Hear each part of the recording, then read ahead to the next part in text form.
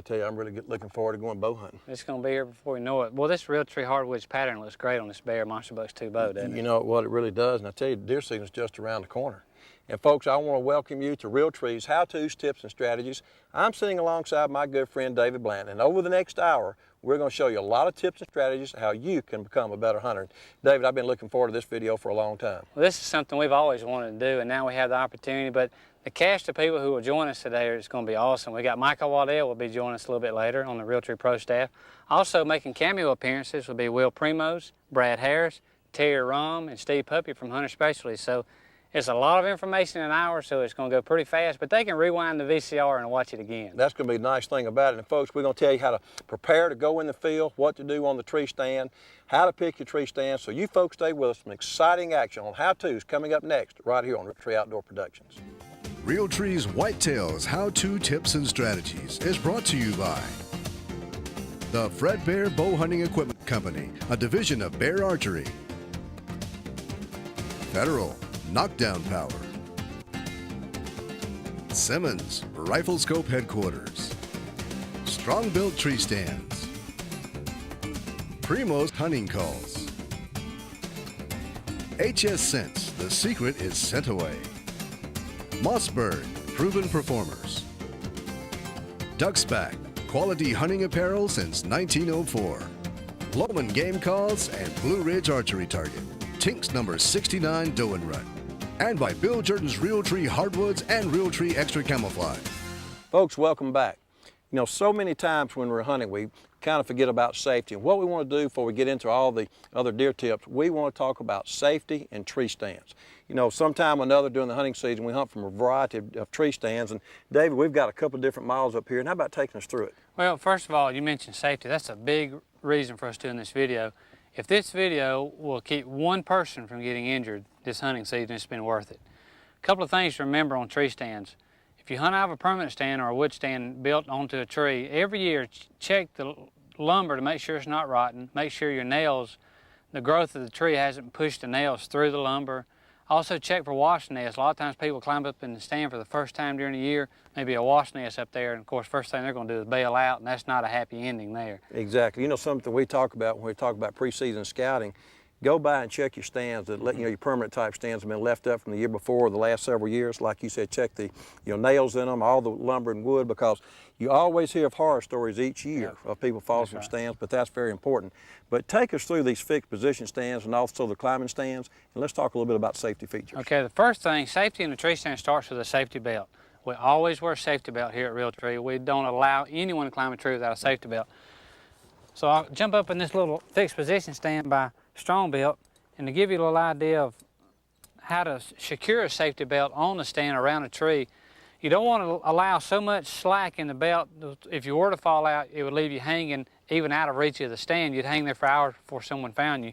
You can run it around the tree like this, and what I do is I get the diameter of the tree and I actually tie me a loop in my cord around the tree and hook my safety belt back in. This way it allows me to have some freedom from the tree, not enough to where if I fell I would hang, but I would be close enough to the stand to grab it. But when I'm hunting and I sit down and stand up, this never rubs up and down the tree, causing noise and may spook a deer. So that's one important thing about a safety belt.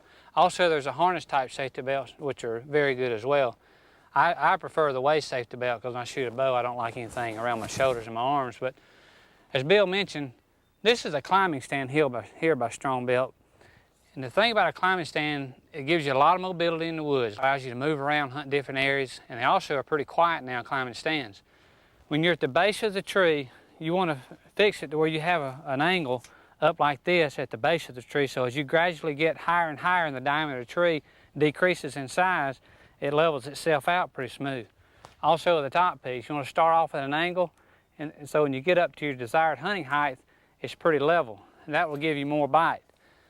Also, Bill, tripod stands have become very popular. Yeah, you know, tripod stands have become real popular. And one thing about these stands first, David, I think it's real important when you're practicing your bows during the off season, put these stands in your yard or your archery club or wherever.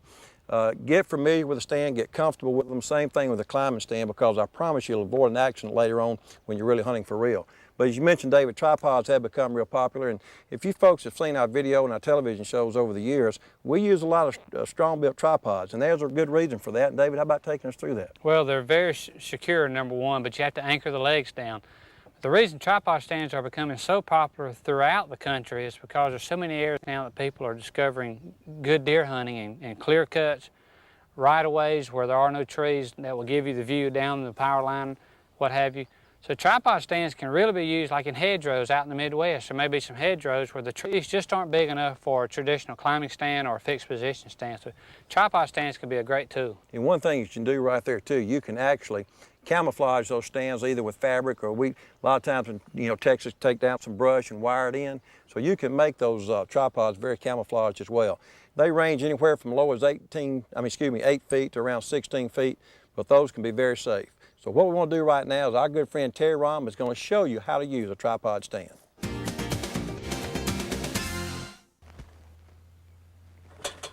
Well, JD, that seems pretty sturdy. Now we got to brush it in. Got our stake down.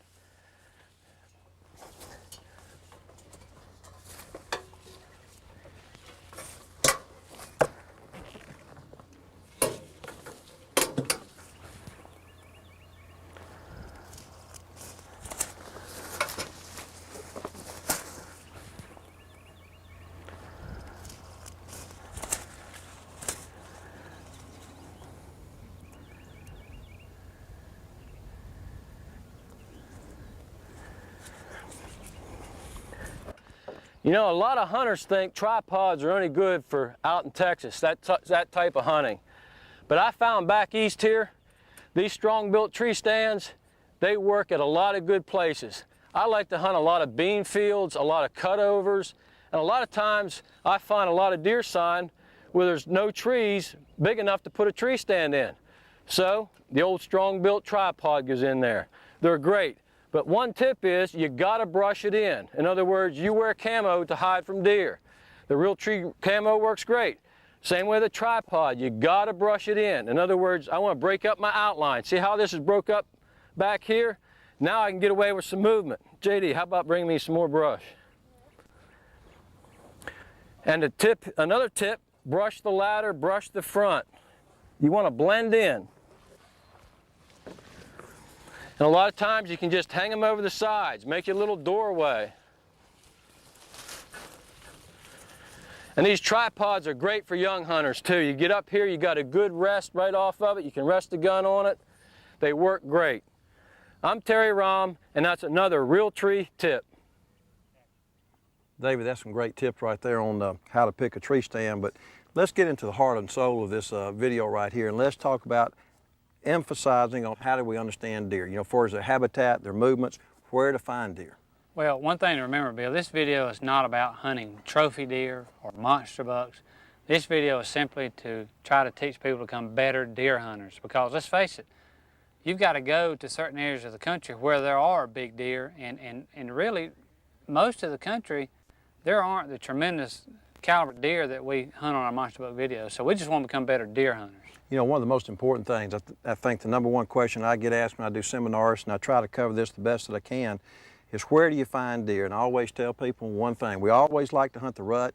It's an exciting time of year, but if you think about it, everything centers around food sources. Sure. And I think understanding food sources from the beginning part of the hunting season to the very tail end is very important. Well, and the way people can learn how to adapt their hunting strategies to food sources, to really study the available food sources in their part of the country, whether it's the Northwest around Montana where alfalfa plays a big key and agriculture in general plays a big key, all the way to the Southeast where mast crops, persimmons, muscadines, and then you move right into your acorn crops for that year. But every year those mast crops vary, the abundance of them, so you really have to pay attention to what's available. One of the most important things too, folks, when you hunt in different parts of the country like we do, I always ask, I kind of relate this to bass fishermen, the ones that already fish. I never hesitate when I go to a new lake, what are they biting on, how deep are they, hitting top water, underwater, worms, spinnerbaits, whatever the case. And really you do the same thing while you're whitetail hunting. find out what the available food sources are at that moment, that particular week, that particular month. And you can also kind of cheat a little bit. A lot of the agricultural resource divisions will have books about food sources that you can go pick up. You can call your agricultural extension offices, and that will help you a lot too in finding out about where the whitetail food sources are. Well, that brings up a good point. To find the food sources, you have to do a certain amount of scouting. So jumping right into the scouting, Bill, there are really 3 good times to scout for deer. One being right after a hunting season is over. This is maybe one of the most overlooked times to scout for deer. It's my favorite because you can go in January, February, you can still see the tremendous amount of sign laid down on the ground, scrapes, rubs. You don't have to worry about bumping those deer or disturbing them because you're not going to spook any deer, and they're going to be calmed down well before a hunting season starts back up. So right after the season is a great time, and then Bill, right before season, obviously. You know, a lot of times during the hunting season, we mentioned, David, you know, you don't get an opportunity to see the vast territory that you're hunting, and you may have overlooked something. You may have been hunting one particular area, so you are right. When that hunting season's over, go in. But, you know, one of the most important times for us, especially in bow season, is hunting preseason, what I call preseason.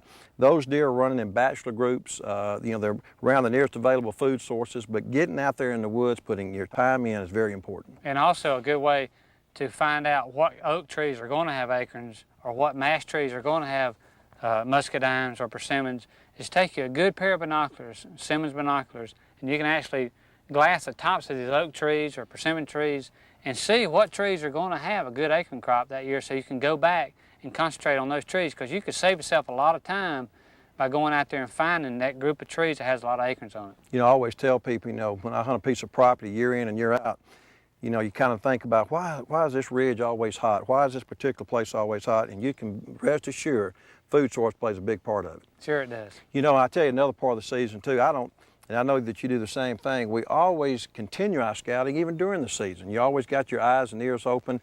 As you're talking about food sources, we also look for available signs, you know, as far as rubs and scrapes. Well, Steve Puppy with Hunter Specialties put it best when they called it speed scouting. And what this is during the hunting season itself, you want to go in, let's say the rut's approaching, you know, maybe a week or so away. You want to go in, you want to find some hot scrapes, a well-used trail or a rub line that you really want to hunt. But you got to be very careful. You want to go in there and scout, but you don't want to go all the way into the core area of that whitetail, spook him, run him out of the country. That way, he probably will never come back during the hunting season. So you want to scout the outskirts of your hunting area without getting into the core area. And Steve made it very clear that while you're scouting, during speed scouting during the season, you want to be scent free.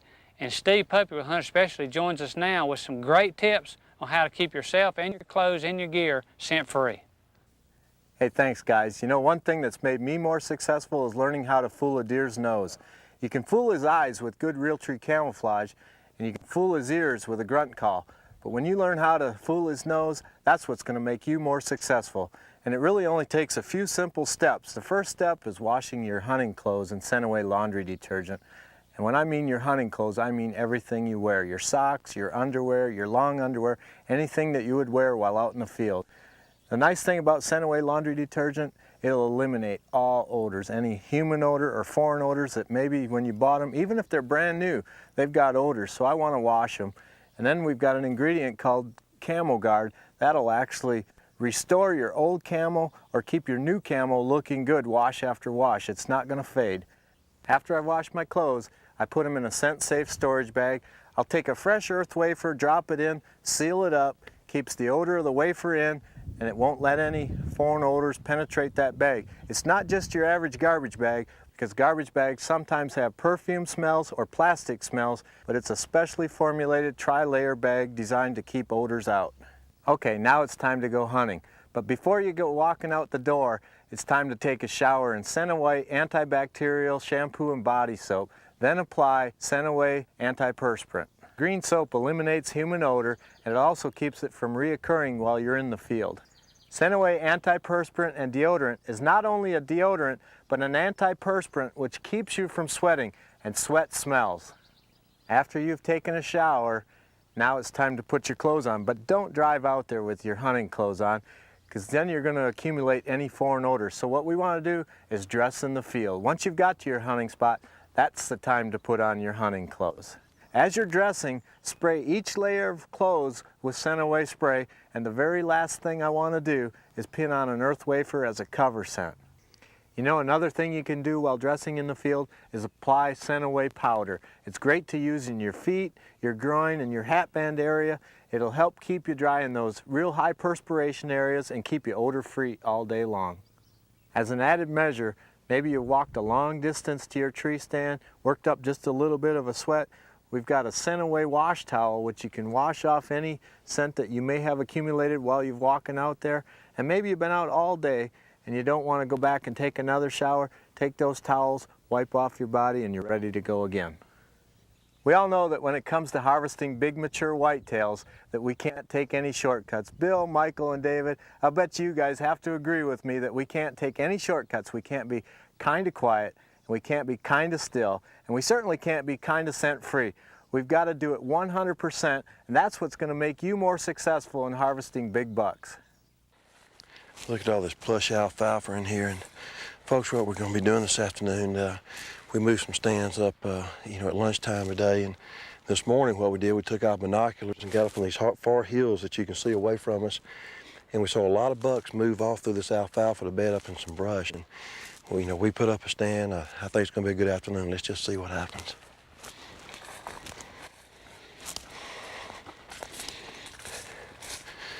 This is our stand setup right here. The tree's not that big, but it's around the trails, and we're gonna see how good this Realtree Extra works right now.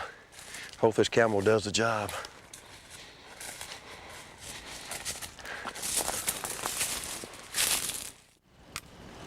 I can't say enough about scouting and knowing where the deer are coming in and out of any kind of area. And right here, we didn't have the biggest tree in the world to put our tree stands, and we're probably only about 10 or 12 feet above the ground, but we had good cover. The wind had picked up a little bit. It was blowing toward the middle of the field, and right off the bat, here comes this big buck.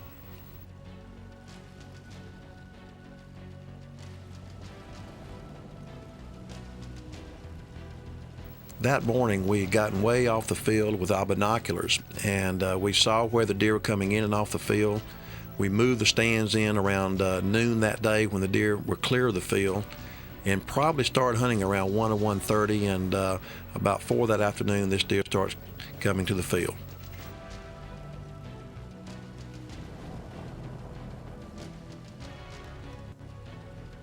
One of the important keys, and I can't stress this enough, anytime that you're in a tree stand, is try to be as still as you can, because movement will give you away, especially when you're only around 10, 11 feet above the ground.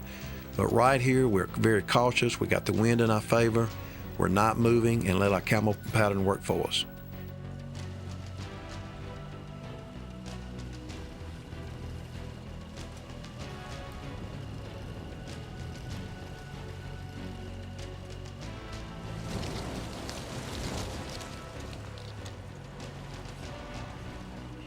Watch right here how still I am when this deer is in bow range. I don't move at all.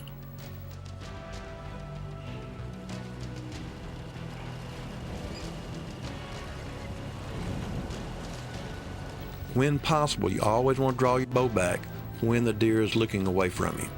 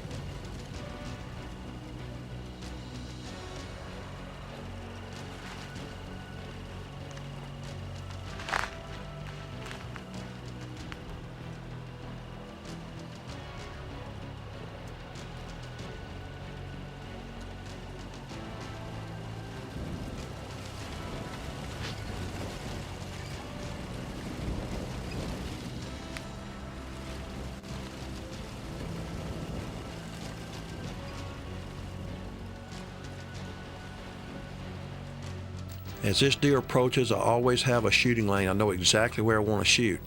and watch what I do right here to stop this deer in here in just a minute, and it'll help you next time. I'll either whistle or I'll grunt with my voice to try to stop it in a particular place and hopefully to make a good shot. Again, I'm not moving right here. I'm waiting until he gets beside me and actually looking away before I pull back my bow.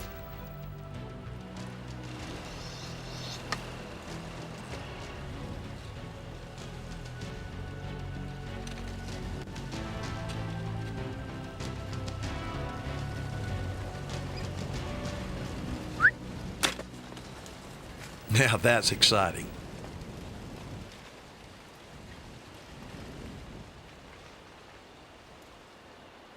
A lot of times when you shoot a deer, he'll try to go back the way that he walked up.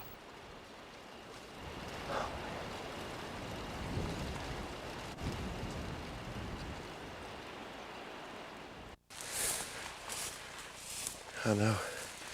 There he is right there. There he is right there.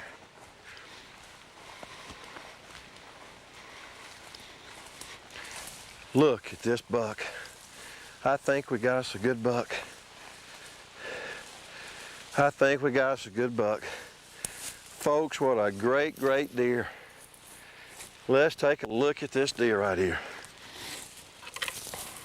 What a dandy 10-point buck. Oh man, what a beautiful deer. Got good inside spread, got good tine length right there. And always check the safety and stability of your stands before attempting to hunt out of them. Never leave home without your safety belt. Use it while hunting and hanging your stands. Find the primary food source in the area you are hunting. Scout your area wisely and thoroughly before, during, and after the season. Always make an attempt to be scent-free while hunting and scouting. Well, Bill, that hunt in Montana right there proves how long-range scouting can be successful. I think that's a prime example right there, Michael, using optics to be able to locate the deer, find out how big the deer was and where he went off the field and that food source. And so many times, a lot of folks have seen you on our television show and our video. This is Michael Whitetail, Team Realtree, and Michael, you know how important optics are to us. How about taking us through a good optic and what those numbers mean? Well, binoculars they play such a vital role in what we do. And it's pretty simple. For instance, a 10-40. The 10 number on that is actually the amount of magnification that binocular holds. The 40 on that is actually how big the objective lens that is. How much light does it let in? For instance, if you're out in Montana, you can see a long ways. A 10-40 or a 10-50 is a great binocular out there because you got a lot of magnification. If you hunt down in the south or bow hunting, you might want a 7-20. Just it depends on where you're hunting and what time of year. One thing that's really important, let's switch gears just a little bit. We talk and hear so much about stand placement, different times of the year. Tell me a little bit, when do you like to put your stands in? I know that we put them in all during the course of the year and even pre-season.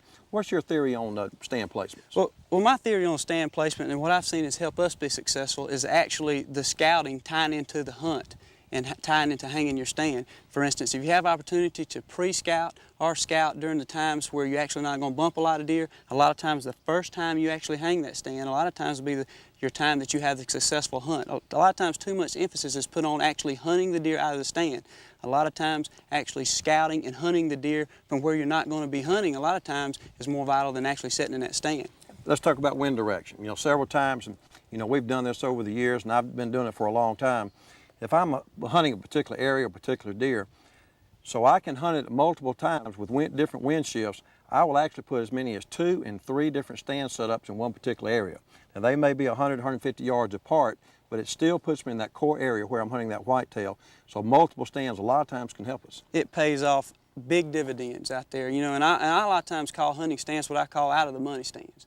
A lot of times when you say we hang multiple stands, a lot of times the wind direction might be wrong to hunt a particular area that we think the bucks might be bedding up in. We can't hunt that because the wind's wrong, but yet we can hunt 100, 200 yards over here, and we can actually look at where the deer are coming out of this bedding area. And if they are there, all we got to do is wait for the wind direction to change, and we got to stand sitting there in the good wind direction, and we can set up in there and we're ready to hunt. Let's talk about a high. We hear so much about how high do you get in a particular stand.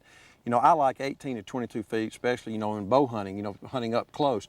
But we've been successful at 8, 10, 12, even 15 feet a lot of times with the right stand placement. As long as you have a good coverage, you know, behind you, bow hunting early with a lot of foliage around the tree can help you. You know, but we've had success at all different heights. Well, that's me too. I've always loved to hunt high, but a lot of times you don't have that opportunity to hunt high. Growing up in the southeast, it seemed like you had to hunt high because you had a lot of bucks. Even the does, they didn't miss a thing. Right. But a lot of times, you know, when it's real thick, you might have to hunt 10 or 15 foot just to get up under the foliage. If you hang a stand in some parts in early season bow season, you hang at 18, 20 foot, you don't see a thing. All you do is see the top of leaves. So, you know, like I said, if you got that cover, hang it low. Don't be scared. It's all in what you're comfortable with, and practice at those distances that you're going to be hunting out of. I think that's an important key. Let's switch gears one more time talking about equipment. How many times that you get to a tree stand and you feel a little bit awkward about reaching for your bow or where your backpack is? And I want to show you right here, we got just a little bit of example how I like to hunt in a tree stand. I hold a bow in my left hand, so right here behind me right here, I've got the bow off my left side. It's on a little clip right there, a little hanger. It's got a little turn up there so the bow can't slide off. So if I'm hunting and a deer comes in, it's real easy for me to reach the bow, bring it around, you know, for a particular shot. Another great way is this hook right there. It's got a long extended arm, it swivels right there, and a lot of times what I like to do is put the bow right there in the middle. It's sitting there perfectly out of the way, not touching me, and that really pivots any way that you want to do it. You can put binoculars on or anything else, but this is really great right there. I really like that. Another great way that I like to do, you know, instead of having the bow across your lap and being a little bit uncomfortable and creating a lot of movement when you're turning it up to hunt, I will take the wheel of the bow, stick it into my boot. I just loosen up the shoestrings right there, and I want you to look how easy that slides into the boot. I can actually take my hands off, sit up here comfortable, put my hand around the bow when it's time to shoot, come straight up, one easy movement and make the shot. But that's another great way right there. You know, we talk about equipment, Michael. You know, so many, so important. We all take, you know, saws and clippers with us.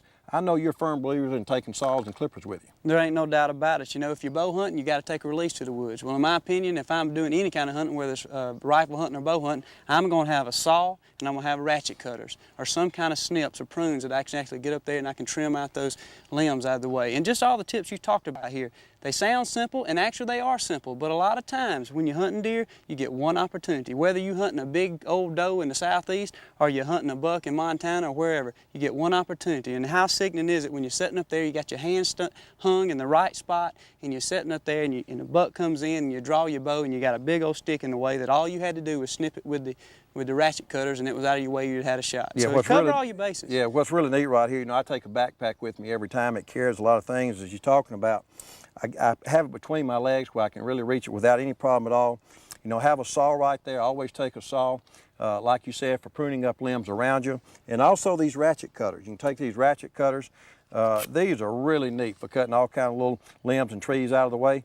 And what we're going to do right now, we're going to hear from Wayne Ball and how to use these ratchet cutters.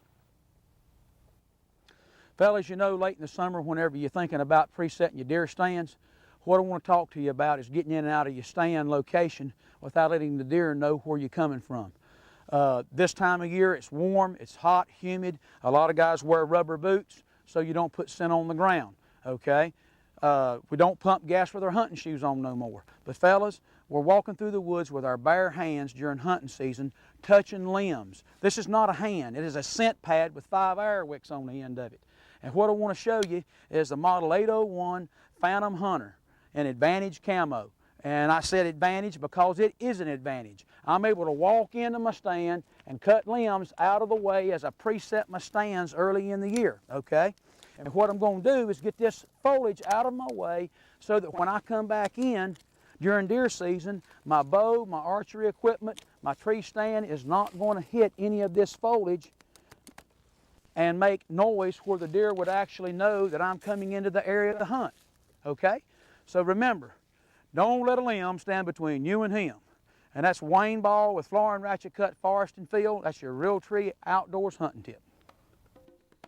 Utilize your optics for long-range scouting and while hunting. Choose the size optics that best suits your needs for different hunting environments. Always consider the wind when placing or hanging stand sites. Never underestimate a whitetail's nose. Make your stand as comfortable as possible so movement is kept to a minimum. Never leave home without saws and snips to carry in your pack to clear a valuable shooting lane. Always clear a path to your stand to minimize noise and scent by eliminating contact with limbs and brush.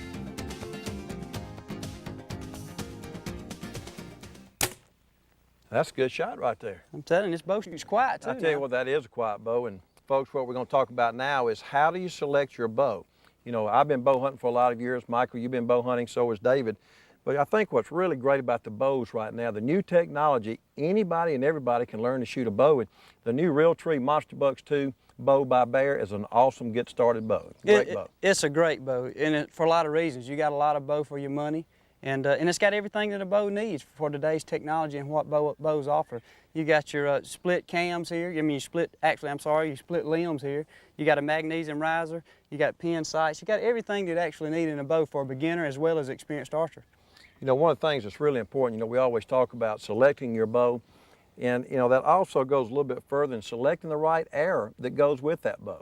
You know, and I know that Easton has charts about how you select, whether it be carbon or aluminum, how to select that arrow to that bow and to that poundage. And also your draw length, Michael, is real critical. That's right. Those are two key elements that are real important in archery and a lot of times overlooked. Your draw length. I remember when I first got my first bow, I bought it, took it out of the box, and went to shooting it. And little did I know I was shooting a 31-inch draw, and I actually shot a 28-inch draw. I was hunting in a bow that actually wasn't set up right for me. So when you get a bow, make sure you set it up right for you, with your arrows, with your draw length. And when I talk about draw length, I'm talking about everybody has different length arms.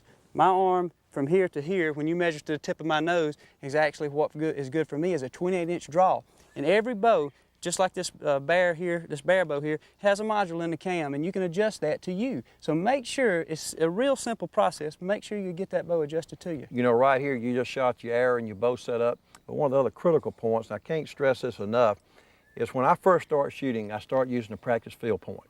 And I get my bow really dialed in, but I also take a broadhead. Before I finally go to the woods, I take a broadhead, I shoot that broadhead to make sure it's perfectly matched as my field tip was. I think that's real critical. You know, we've been using the Rocky broadheads for a lot of years. They're an excellent broadhead. But I think matching up the bow, the arrow, and the broadhead are really critical. It's so important, especially nowadays more than ever because your bows are shooting so fast. It's nothing but bows that shoot 280, 300 feet a second. And if you don't have that broadhead tuned in, a lot of times, you know, you'll get out there and shoot that broadhead for the first time, and a lot of times if you're shooting at that deer, you're going to be real disappointed because it's going to fly over his back or wobble and do some crazy things. So shoot your broadheads before you ever go to the woods. And what we're going to do right now, folks, we hear so much about paper tuning your bow. Let's do this. We're going to go to Shane Collier, and he's going to tell us a little bit more about the bow and also how to paper tune. Paper tuning a bow is something that's overlooked by most bow hunters. Today we're going to paper tune this Monster Bucks 2 Bear bow. What we've done is we've installed a rest, a sight, string silencers, and a knock. So we're just getting started. So what we're going to do now is we're going to shoot this bow through paper. We've got a wooden rack with paper stretched across it. You can use any type paper, newspaper. A lot of people will use the white paper you buy in the grocery store that you use to wrap meat with. It works great too.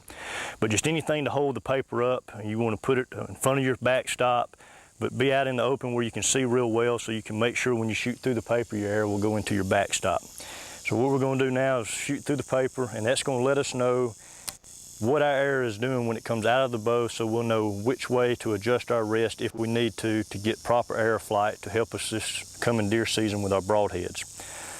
So let's shoot through and see what we've got.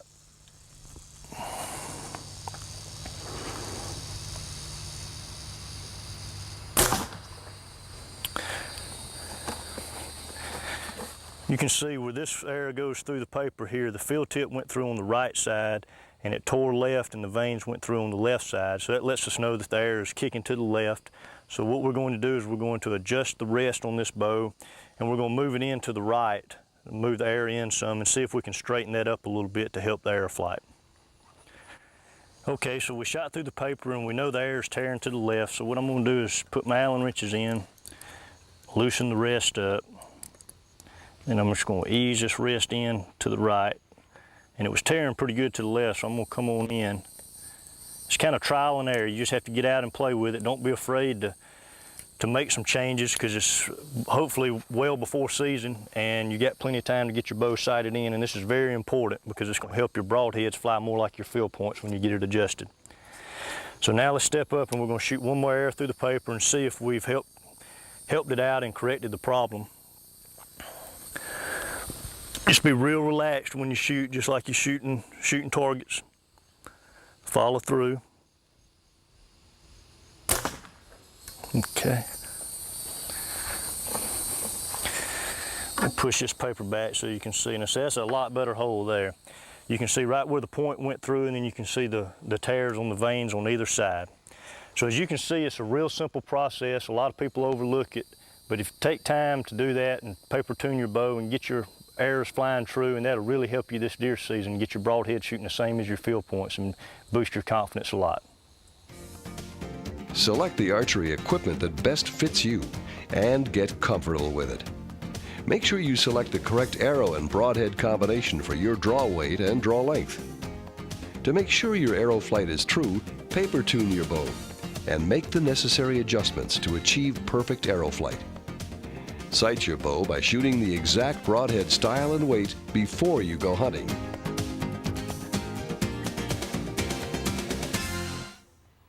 Michael, that's some great information from Shane, and I can't say enough how important it is to practice once you got that bow set up. Practice makes perfect. That's the old saying, and I tell you what, we all do a lot of it, and that's a key element in being successful as an archer. And what I like to do, I like to start off with dots and go to a 3D target, and I really like shooting those lifelike targets because you can actually see what you're shooting at, and it's just like what you're going to be hunting. Picking a rangefinder, everything plays an important key, and what we're going to do right now is go to Brad Harris, and he's going to share some more valuable information with us. You know, folks, you can do everything right. You can have that big buck right underneath you, and it all boils down to making sure that you can make the shot properly. And the key to that is simply practice. And there's a lot of ways to do that and a lot of materials out there to do it with. One thing I like to do early in the season when I'm just kind of loosening up and tuning my bow up a little bit is I like to use a portable type target, something I can carry in and out of the garage real easy, stick down, make a few shots, get myself limbered up. And I'll do that early in the summer quite often. I use a recycled box target. It has all the dots on it, gives me several places to aim. It's great for field points. Tell you what, it'll stop 65-pound bows, no problem at all. You got dots on all sides. You can turn it around, shoot narrow side, full face. Tell you, it works great. Best thing is it doesn't weigh anything, has a handle on it. You can put it in your truck or car and travel with it. It's no problem. Same thing with the foam targets. We have the 4-pound polyethylene foam target here, and it does great. Up to 65-pound pull bows, has little stakes you put it in the ground with. It's portable, it's easy. You can set 2 or 3 of them, stagger them at different distances right in your backyard. Then you go up to the carbon stopper. You guys like to shoot carbon, up to 70-pound bows. It'll stop them and hold them, easy to pull out. Tell you, they work great, they're portable, and they have their place, and they work extremely well. But as the season gets closer, I like to move on to the 3D targets. Let's take a look at them. You know, when it comes to shooting 3D targets, boy, I tell you what, there's nothing that gives you better practice than that. I like to save mine until middle of summer when I'm getting ready for archery season to open up, and I know my bow is shooting well. I really want to now concentrate on shot placement and arrow placement, working on that kill zone. What I like about this Blue Ridge 3D target right here is the fact that it has the replaceable foam center. It shows me the kill zone of that deer. I know what I'm looking for when I'm out deer hunting. I tell you, another thing that helps is it's movable. It's the size of the deer, or a general size of the deer you're going to be hunting, so it gives you a real good view from a tree stand.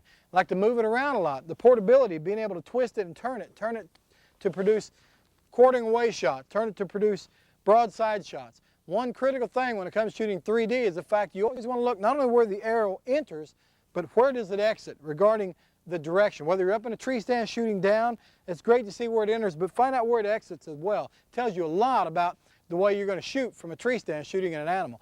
Another great part about it is the portability, being able to pick it up and move it. And this is what I like about the 3D targets, the fact you can move them around in the brush, around the trees, out of the yard and into the brush where it's natural. Tell you what, having a natural setting gives you some confidence this fall. Also practice from an elevated tree stand. Be able to practice from the distance you plan on hunting from. Don't practice at 10 feet and then plan on hunting at 20. Practice from the distance you plan on hunting from. It'll give you that confidence and give you success this fall. That's some great tips from Brad Harris. And what we want to do right now is take you through the most critical part of a hunt. And what we're going to talk about a little bit right now is controlling your emotions and buck fever. And Michael, there's a lot of things you can do, but you become a better hunter once you learn to control your emotion. There's no doubt about that. And if I ever quit getting buck fever, I'm probably not going to hunt again. But the thing about buck fever, you got to learn how to control that, control your emotions. And there's a lot of different ways. One of the ways I go by is the golfer once said, Jack Nicklaus said, envision your shot before you ever make it. And there's a lot of things that goes with that. You're not going to ever envision making a bad shot. You're never going to do that. You're going to get up there and you're going to think positive, and you're going to see that ball or see that arrow fly just perfect and it actually hit where you're aiming. That's the same way with hunting. Never think about making a bad shot and envision the perfect shot. Envision the deer coming down certain lanes. Envision the deer walking out behind a tree, you at full draw, and watching that arrow fly right into the vital areas. What I do a lot of times to remind me to pick a spot and follow through is I actually tape it on my bow limb. I will put a sticker on, type it up, and put it on there. Pick a spot and follow through. It's a constant reminder when I'm sitting up in the deer stand to remind me of what I need to do. I think one of the most important things right there, whether you pick a bow or crosshairs, on a gun, the last thought that goes into my mind is put that pin and that crosshair exactly where I want to go. That should be the last thing that enters into your mind, and then squeeze and make a perfect shot. Exactly. And what we're going to do right now, I had a hunt a couple years ago in South Texas at the Perlich Ranch, and I saw a big buck the opening day I was there. This was the last morning, 4 days had gone by. Didn't ever think I was going to see that deer again. Well, lo and behold, I did see him again. I saw a couple of other deer, and I really had to learn to control my emotions and pick a spot. Let's take a look at that hunt right now. Controlling your emotion all starts with the right preparation. And by preparation, that's having your bow finely tuned or your gun, knowing your gun and how your bow shoots. So often I hear so many times about people coming up saying, well, when I got buck fever, I didn't know what to do. I just kind of picked up and aimed. Well, what you can do, little tips that I do a lot of times, I actually, once I see a deer that I know I want to shoot, I'll actually quit looking at his horns.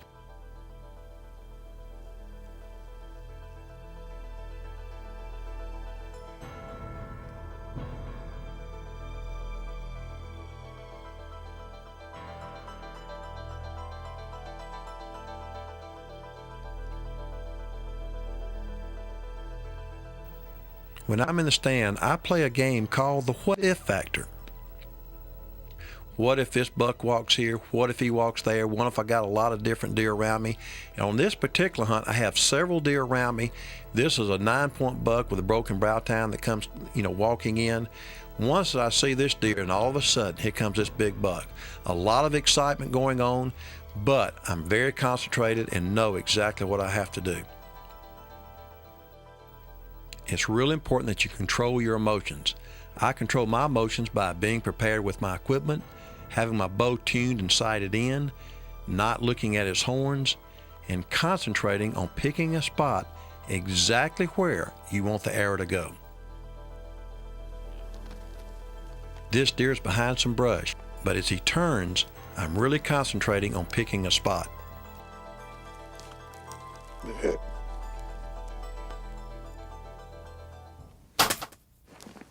Now that is a great hunt of a lifetime. Really concentrated, controlled my emotions, and made the shot. I'm really anxious to go see what we got. I think it's going to be a great deer. Look at all the kicker points off this. Mainframe 10, which you can see. Got a sticker point coming out. Got split brows right there. Had another one right here, look like it's been broken off. One on the back. But that, folks, is an awesome South Texas whitetail. David, we talk so much about having the right equipment for your bows, your gun, your ammunition, your stands. There's a lot of things that come into play on a successful hunt. One of the most important things that we probably work the hardest on is having good camouflage patterns. Well, that's the reason we exist, Bill, here at Realtree. The most important thing to us is developing fantastic camo patterns for today's hunters. And I've been amazed in the 9 years I've been at Realtree and just how long a process that is. I mean, it's not something that happens overnight. It really isn't. I think so much it goes into your camouflage patterns for as your head net, your gloves, your coats, your pants, everything, your bows, your guns, everything now is decorated with camo patterns. And one of the things that we like to do here at Realtree, we actually do a lot of in-the-field testing before the pattern's ever introduced to the marketplace. And I think that's the most important key.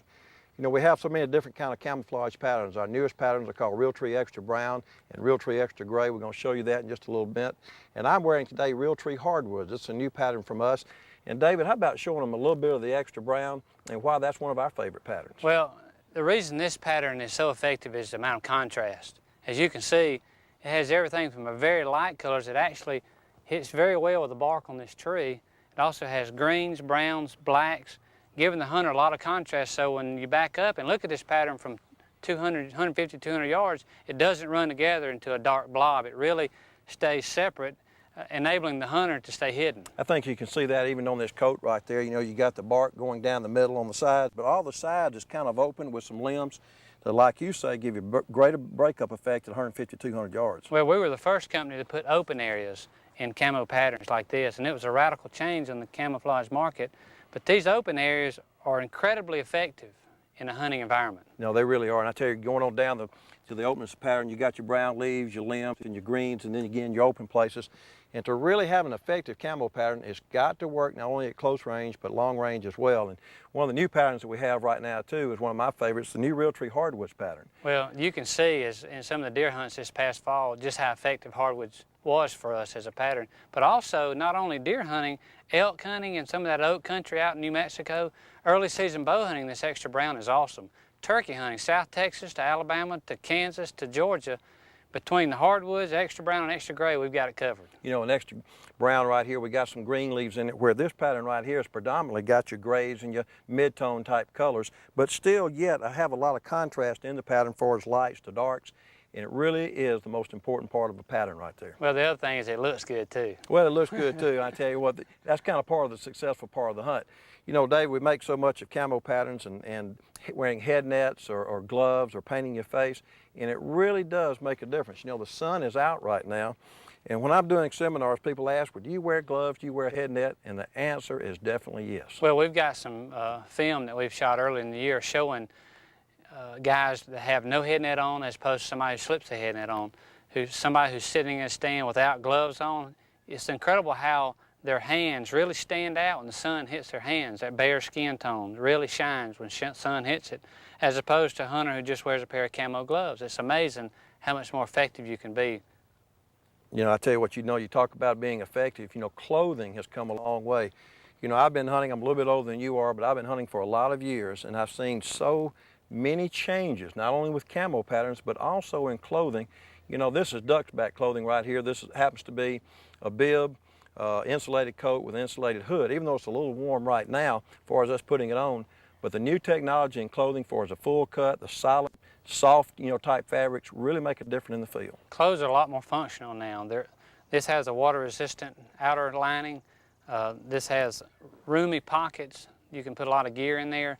And it's also warm and quiet, and that's the big thing. You'll notice this brushed cotton here is very quiet. Yeah, you can't even hardly hear it. You know, this particular unit right here has Hollyfield for its insulation in it, and it's 20% warmer than a non-branded, you know, type, you know, product.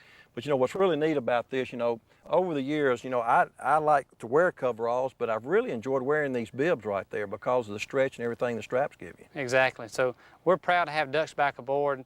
We're proud to show the folks this line of ducks back clothes. Let's take a look at some more ways Realtree is effective all across the country. Let's take a look right now. Right here, this is Realtree Extra Brown. You can see how effective it is up in a tree stand. It has all the right colors, browns, grays, and also some green and brown leaves. Here it works on the ground, great for deer hunting and also for turkey hunting. Look how realistic the pattern works in this situation. You know, one thing about camo patterns, they have to work everywhere. That's in hardwoods, and this particular shot right here is in South Texas. Always pick a pattern that's versatile and will work everywhere. Realtree has also introduced Realtree Hardwoods. This particular pattern right here has a lot of grays, browns with black shadows. Just look how effective this camo pattern is. One of the most important things in picking the pattern, not only does it work in trees, but also on the ground.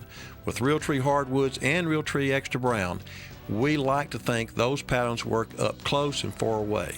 Right here, you're looking at a shot at 200 yards, and look how effective it also works at 20 yards.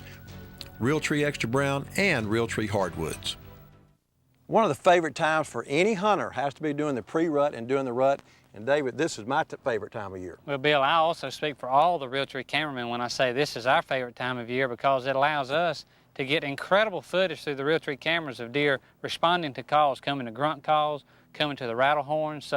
But there are misconceptions out there. A lot of people have questions. What call should I use at what time of year? How often should I use that call? How loud should I use that call? So we've got the experts joining us today like Will Primos and Brad Harris who are going to explain to us the correct way to use deer calls. So we're going to join Will Primos first, on deer calls. Then we're going to join you in Canada for an excellent rattling tip you gave us a few years ago. So let's take a look. Whitetails communicate with each other 12 months a year, all year long, using grunts and bleats. What we as hunters are most interested in is the grunts and bleats that whitetails use during the hunting season. And I've got two calls that make those sounds that I want to tell you about.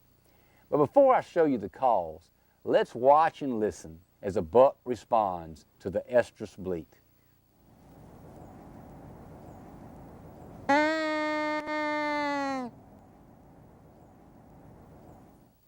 Now let's watch and listen as a buck responds to grunting.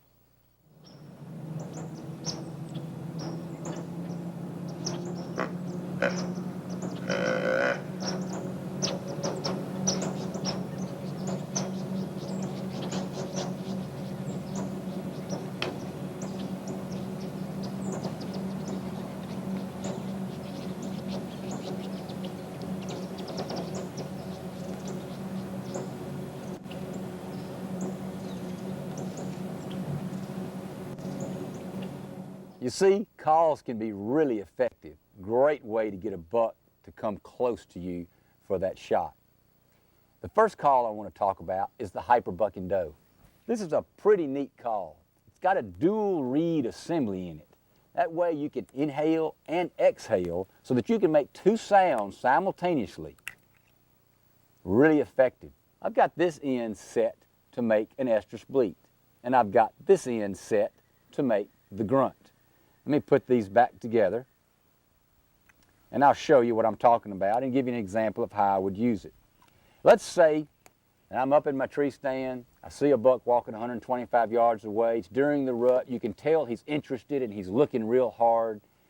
What you want to do is grunt at him to get his attention. So you try grunting at him, he doesn't hear you and he won't stop. The estrus bleat is louder, and that's really what he's paying a whole lot of attention to, because he wants to find a doe, a hot doe. So bleat at him and then immediately grunt at him. What that tells him is that there is a buck chasing a hot doe, exactly what he's looking for. And it would sound like this.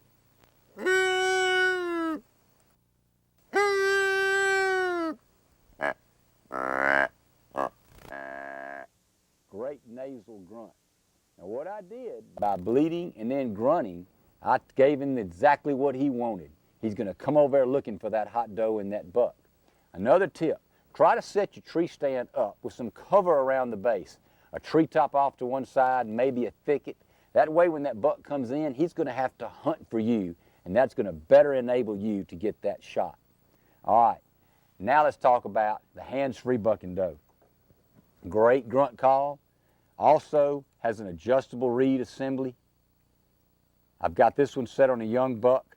Let's say I grunt at that buck. Now he's coming. I want to be able to get my hands on my bow or my gun.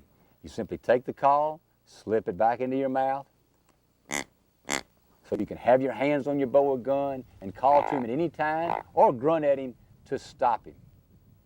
I'm Will Primos, and that's two calls, hands-free bucking doe and the hyper bucking doe. Great calls to get bucks in close. You know, I always find that decoying deer works when there's a better buck-doe ratio. By that, simply what that means is when you have a ratio of less does to bucks. You know, a lot of times in my home state of Georgia, we have a high doe ratio to bucks. And, you know, decoying, horn rattling, grunt calling is not as effective, let's say, like it is here in Canada. But decoying bucks in Canada this week, this is what we're doing. We got a few tricks that I want to show you that might help you next time. We basically got a doe decoy, and basically what I do, for a little extra tip in there, I'll take some Kleenex and put it inside the ear right there, and when the wind blows, that will actually flicker inside. I do that to both ears. Coming back to the tail, I'll actually take, perhaps a Kleenex, something that's going to blow real easy. I normally, shy away from something like maybe a towel or washcloth or something of that nature, because it's a little bit heavy in nature. The slightest wind will move this in the back, giving that body of that decoy some motion. Now, normally what I do, I always like to scent it up, and I use Tink 69. And I'll take some cotton balls, perhaps put a little bit in the ear. I'll actually pour some back here on the tail. And basically what that does too, it stains up the tail, makes it a little bit brown, the outside is white, looks just like, a deer's, natural tail. but you've got to use some kind of scent before sending it up. Another idea too, that when you're using a decoy, especially when the rut's coming on, you can grunt and rattle. And I find it very effective in areas that have a very low doe to buck ratio. Perhaps in my home state of Georgia, where we have lots of does per buck, horn rattling, grunt calling, and decoy may not be quite as effective, let's say, as it is in Canada, where the buck-doe ratio is a little bit better. But I'm going to draw a little scenario out for you, and possibly, you might try it next time. When I'm calling or grunting and I have the decoy in place, I like to grunt. And when that buck comes in to investigate, he is looking for something. When he does see something, he sees this doe down there, come to investigate. But I'll start off with some very, light grunts and maybe go a little bit louder with the grunts, something very similar to this.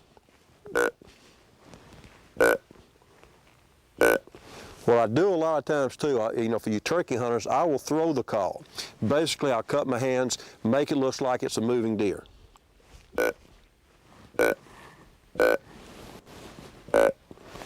By doing that, it means the deer, is moving around. If you want to try some horn rattling with that scenario, I'll start off grunting like that. I will take the horns, and I do something what I call raking. And by raking, it's a natural response to a deer, showing off his dominance, perhaps, just rubbing, a rub line, forwards in the woods. But I will take the horns, and I will do something like this before I start rattling. Now again, picture that buck's head going up and down, rubbing this tree. It's a natural sound in the woods. Break some brush off in the back, do a lot of rattling. From there, I might pause a little bit, give it, a few seconds, and then the two approaching bucks start fighting.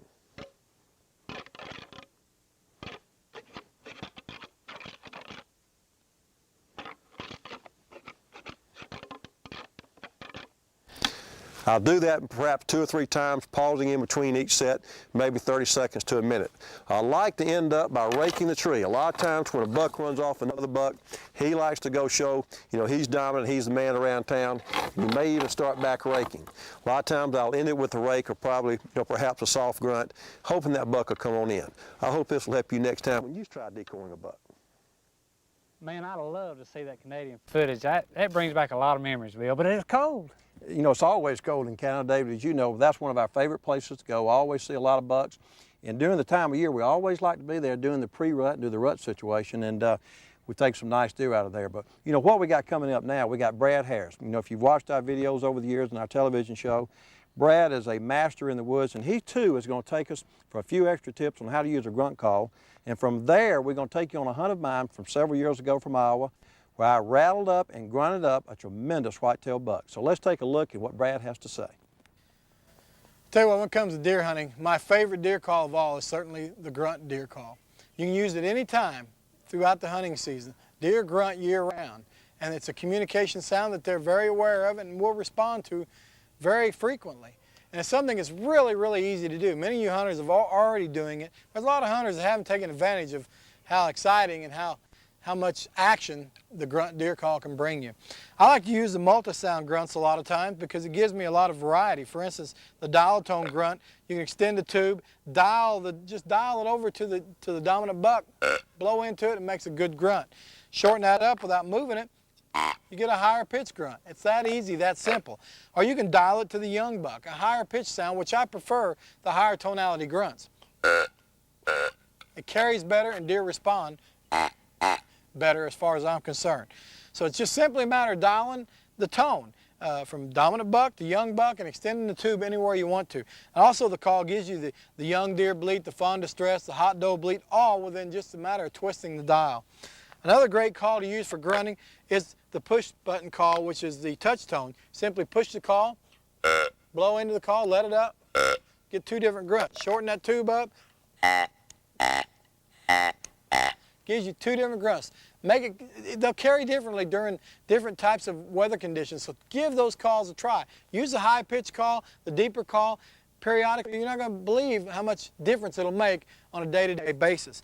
Also, you can do the hot doe bleat, Immediately followed by the grunt by simply pushing the button, doing your bleat, letting up, and blowing a couple grunts. I tell you what, try these calls. When the bucks are active, especially during the rut periods, anytime you're around the pre-rut, the rut, or the post-rut, you're going to have some excitement. The more active these bucks are, the more aggressive they are to your call. But don't forget, even if it's early season or late season, anytime a buck's not going to give you a shot or an opportunity, blow that grunt, because you never know when he's going to come looking for you. This is a real cold November day in Iowa, one of my favorite places to hunt. Right here, I'm raking the tree, simulating a deer raking his antlers up and down the tree, marking his territory. Mixing in a little bit of a grunt call, raking, and rattling. This is a big CRP field. A lot of these bigger bucks will be cruising these fields looking for does. I can't emphasize enough by using rattling horns, raking the tree, and using a grunt call can be one of the most effective ways to rattle in and get a big buck within range.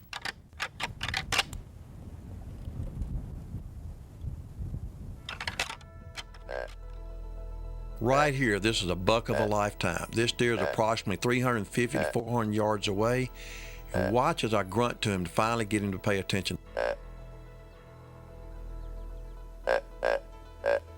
That's a tending grunt.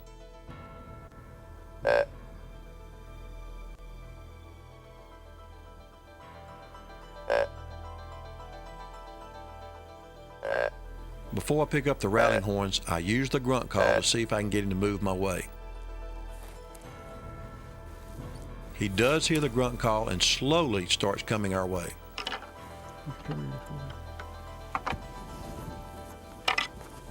Now pick up the horns, start rattling a little bit. Right here, I'm raking the horns. Watch the body posture of this deer and watch what he does. He starts coming.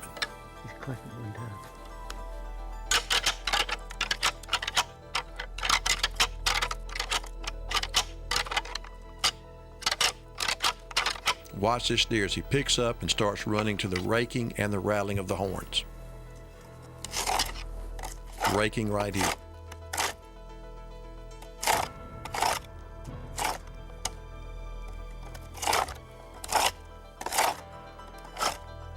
Here he comes. Here he comes, here he comes.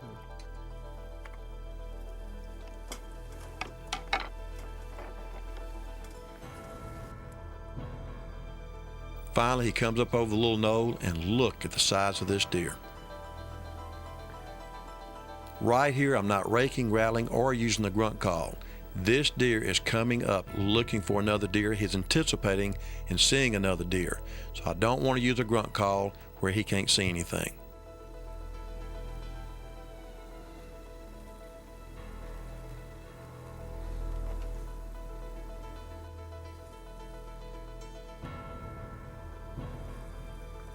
This is an awesome buck. It was real cold that morning. Little did I know that my stand was going to actually make a creaking or a cracking sound, and this deer stops right there. He heard the stand crack. My heart is beating 90 miles an hour.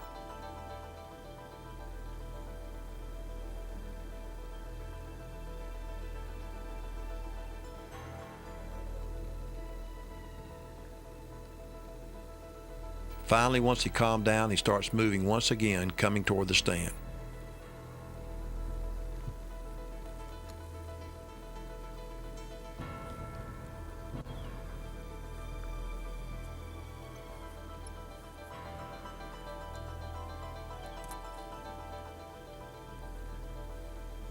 Right here, he's looking and wanting to see another deer.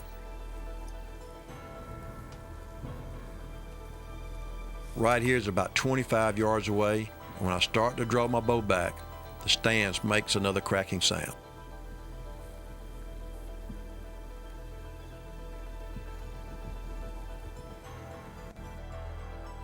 And this is the results.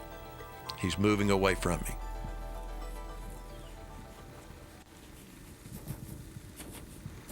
That's a Boone and Crockett buck, and my heart is broken.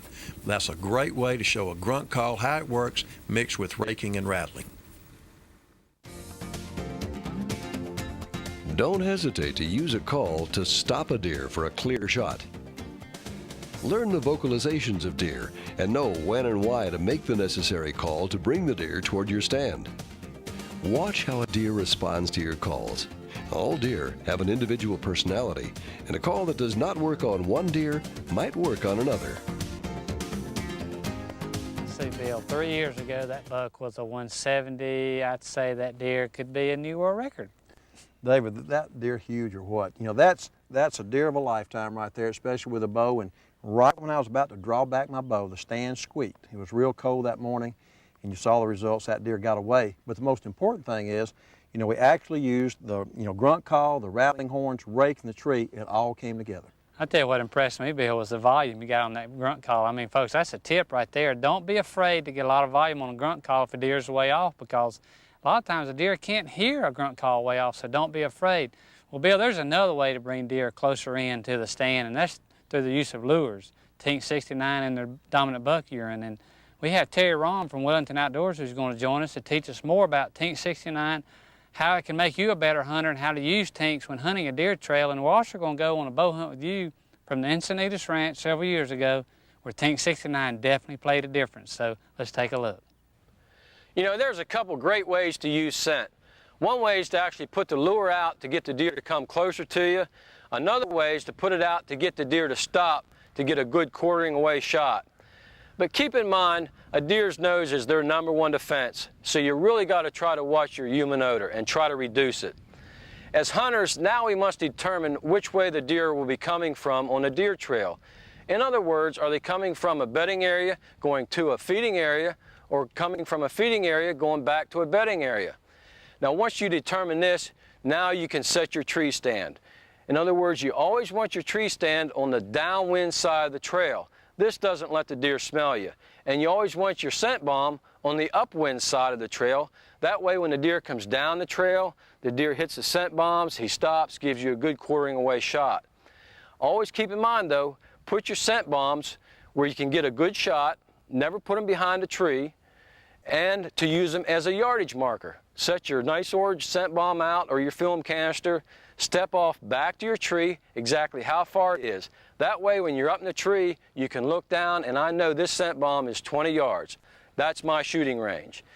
Now what you don't want to do is set your scent bomb out on the deer trail and let the deer get to it before the deer gets to you. Because what that does is, as an archer, that deer is going to stop. That's a quartering to shot.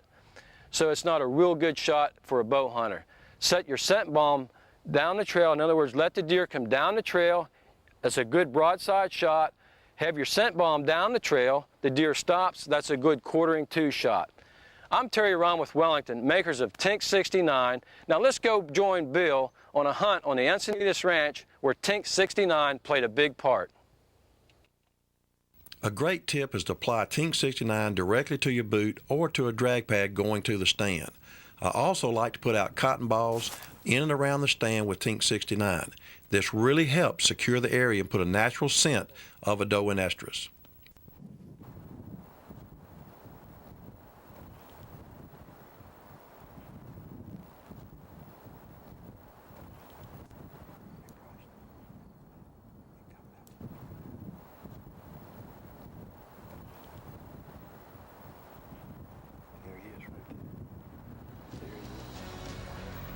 After spotting this deer, I'll slowly give him a light grunt on the grunt call, not too loud, but what I'm doing right here, it actually shows that this deer, hey, there's another buck in this particular area. Once he gets close and smells the scent, he comes right on in on a string. Watch right here as the deer licks his nose, actually like a lip curl. He is scenting the air.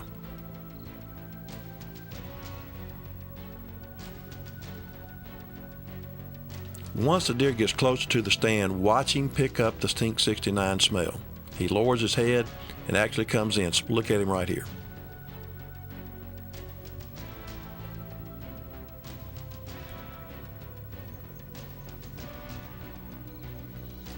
Look at him picking up the scent right there.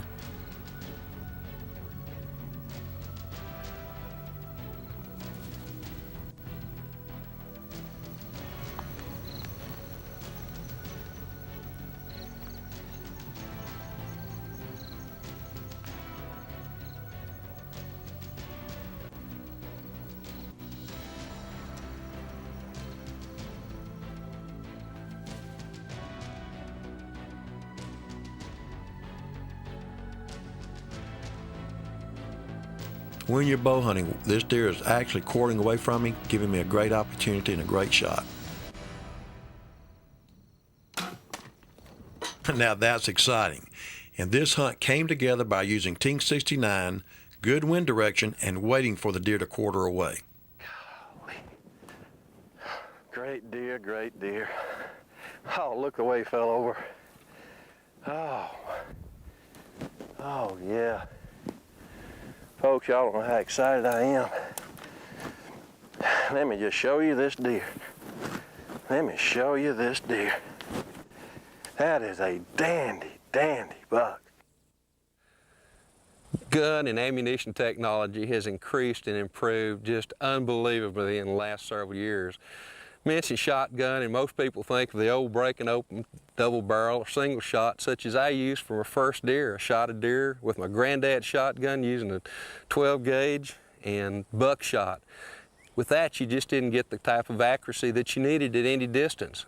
Some people shot pumpkin balls, others shot slug through those smooth bores, but you just couldn't get the accuracy that you needed beyond that about 50-yard level. Well, all that's changed. Not only now do we have accurate rifles, we've got extremely accurate shotguns, and we've got shotguns that shoot like a rifle as well. This particular Mossberg is a bolt action. It's got the detachable clip. It's got a great finish, so there's a non-glare. Shotguns kick. There's a lot of recoil, and this one is different. It's ported, so that you're not going to have the same kind of recoil that you would without. It makes a lot of difference. Shotgun accuracy is increased to the point to where using this type of slug at 100 yards, you should be getting about a 4-inch group. That's better than a lot of rifle to shoot these days. And that's contingent upon, too, the fact that you use a good set of optics, or especially a good scope. Open sights work great if you're going to be shooting really close in some real thick brush. But what are you going to do if the light's bad? And that's most of the time when you see those big bucks, is really early in the morning or late in the afternoon. Open sights can be tough to see at that time. So it's so important to have a good scope such as this Simmons that's great at light gathering. With a good set of optics such as this, with a good crosshairs where you can precisely place your shot out to about 125 yards, because that's about the effective range of this particular slug and this particular shotgun, you're going to do really well. You know, some places these days you can't hunt with a rifle anymore. Populations have changed. A lot of areas are shotgun only. What are you going to do then? You're going to go out and buy you one of these because you can't take your rifle in. You know what? You start shooting this thing and find out how accurate it is and how much fun it is to hunt with. There's a good chance next time you go deer hunting, when you could take that rifle, you may even leave that rifle at home and take this combination right here. It's a winner.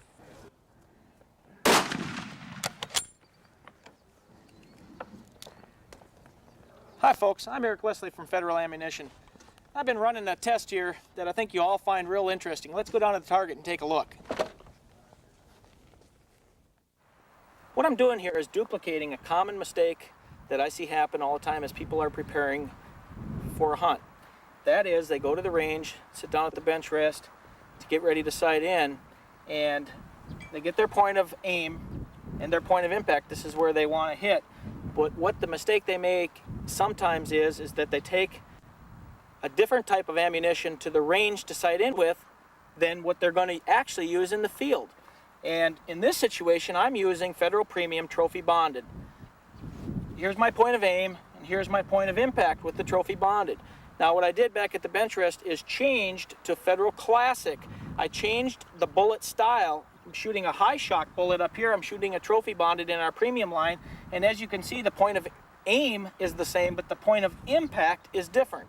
Now there's not that much disparity here, but if you were shooting at 200 or 300 or 400 yards, that disparity is going to keep, growing, and you are going to miss that animal. And we owe it to the animal to make sure that we harvest it the most humanely as possible. So you want to make sure, whether you're changing bullet grain weights or bullet styles, doesn't matter. Make sure that you use the same ammunition to sight in with that you're actually going to use in the hunting situation. Hope that's another good tip for a successful hunt.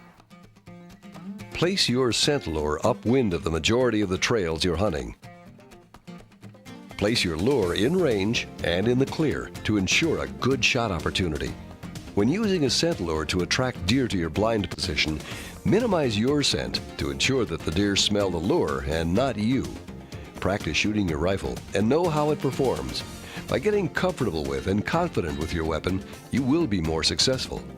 When practicing, use the same ammo that you will be hunting with. Different styles and weights of bullets may fluctuate in their performance.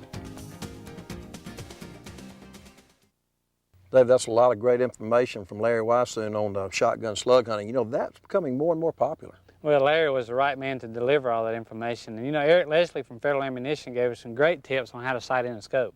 You know, it really does. And, you know, we talk about hunting and what all it is involved. These are some great tips, and we hope you can use some of these tips for the upcoming hunting season. And Dave, we talk about hunting season, but I can't get away without saying how important it is to get today's youth involved in tomorrow hunting. Well, Bill, that's so important because the hunting heritage is something we need to protect. And all the conservation groups out there, they battle every day for all of us sportsmen to acquire more habitat and to increase our hunting season. So as somebody, we need to support Ducks Unlimited, the Rocky Mountain Out Foundation, and also the National Wild Turkey Federation. And coming up at the end of the video, we'll have all their phone numbers where you can call and become a member. You know, these groups are really involved in youth programs and also the hunter education groups. You know, I can't say enough about getting kids involved in hunter education. Very, very important. Sure is, Bill. Well, I tell you what, Whitetail How-To Tips and Strategies video is, I think, 1,137 tips today. There's a lot of tips. I don't know if this weak mind of mine can absorb all of it, but what a great video with a lot of great tips from a lot of great hunters. Well, thanks for having myself and Michael Waddell along. We really enjoyed it. Well, I tell you, it was a lot of fun for us. And folks, I want to thank David and Michael for being with us and all the other people who presented this video to you. And just remember, as I always say, when you have an opportunity, take a child hunting and fishing so they too can enjoy the outdoors. For David Blandon, I'm Bill Jordan, and we hope to see you next time in the woods right here on Realtree Outdoor Productions. Now let's go get our stands up. Or jump in the pool. Jump in the pool might be better.